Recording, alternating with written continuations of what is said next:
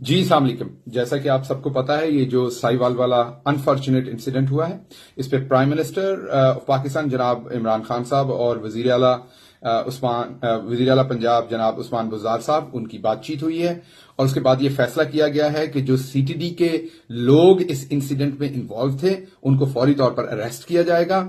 اس کے علاوہ جو متعلقہ ضلعی انتظامیہ وہ آلریڈی ہاسپٹل پہنچ چکی ہے، جہاں پہ وہ لواحقین کے ساتھ انٹریکشن میں آلریڈی. چیف منسٹر پنجاب، جیسا کہ آپ کو پتا ہے کہ آج وہ میاں والی میں تھے، وہ لوگوں کے ساتھ بھی مل رہے تھے، ڈفرنٹ جگہوں پہ دورے بھی کر رہے تھے. وہ میاں والی سے ڈائریکٹلی ابھی کے ابھی سائیوال پہنچ رہے ہیں، جہاں پہ وہ لواحقین کے ساتھ بھی ملاقات کریں گے اور جو چھوٹے بچے ہیں ان کے ساتھ بھی ملاقات کریں گے جو اس انسیڈنٹ میں بےچارے زخمی ہوئے. اور اس کے ساتھ ساتھ جیسا میں نے آپ کو پہلے بتایا کہ اس پہ جے آئی ٹی بھی بنا دی گئی ہے ایک، جو 3 دن کے اندر اندر اپنی رپورٹ جمع کروائے گی.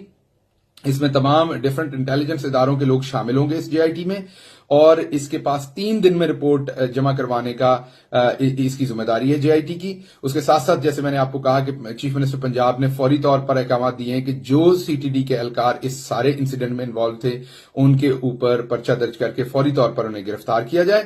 اور مزید جو انویسٹیگیشن ہوگی، ہم آپ سے یہ وعدہ کرتے ہیں کہ اس میں جو بھی رسپانسبل ہوگا، جو کوئی مرضی رسپانسبل ہوگا، اس کو مکمل طور پر قانون کے مطابق سزا دی جائے گی اور کیفر کردار تک پہنچایا جائے گا. ہم کسی ایسے رویے کو برداشت نہیں کریں گے جس رویے میں کسی معصوم یا عام شہری کی حق تلفی ہو.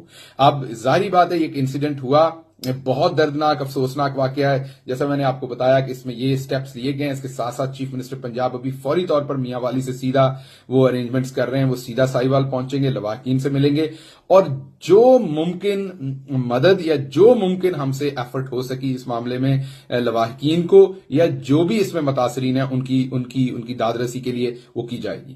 آپ سے یہ شیئر کرنی تھی اپڈیٹ. آپ سب کا بہت شکریہ.